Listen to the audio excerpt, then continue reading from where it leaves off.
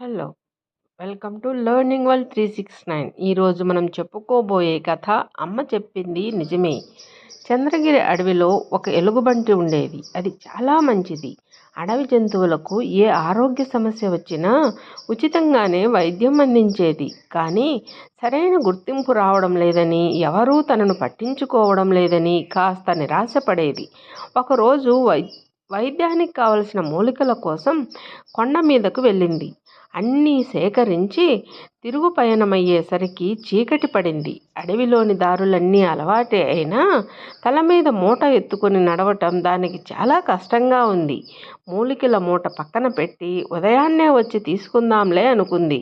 కానీ ఏదైనా జంతువుకి అత్యవసరంగా వైద్యం చేయాల్సి వస్తే ఎలా అని ఆలోచించి అలాగే నడవసాగింది.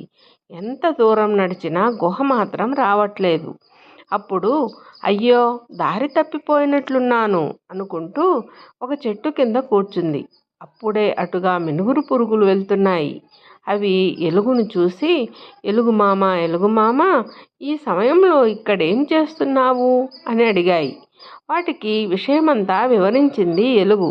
దాని మాటలు విన్న మినుగురులు, అవునా, మేం నీతో వచ్చి దారి చూపిస్తాం పదా ఎలుగుమామ అన్నాయి. మీకెందుకు అంత శ్రమ, కాస్త తెల్లవారగానే నేను వెళ్ళిపోతాలే అందది. మరేం పర్లేదు, వెళ్దాం పదా అంటూ పట్టుబట్టాయవి. ఇక వాటితో కలిసి గుహను చేరుకుంది ఎలుగు. ఎదుటి వాళ్ళ నుంచి ఏది ఆశించకుండా సాయం చేస్తే మనకు అది మళ్ళీ ఏదో ఒక రూపంలో అందుతుందని మా అమ్మ ఎప్పుడూ చెబుతుండేది. ఇది అదేనేమో, ఇక నేను దేనికి నిరాశపడాల్సిన పని లేదు అని మనసులో అనుకుంటూ వాటికి కృతజ్ఞతలు తెలిపింది. ఇక ఆ మినుగురు పురుగులు ఆనందంతో మరో దిక్కుకు ఎగిరాయి. ఇదర్రా కథ సమాప్తం. రేపు మరో మంచి కథతో మళ్ళీ కలుద్దాం. బాయ్.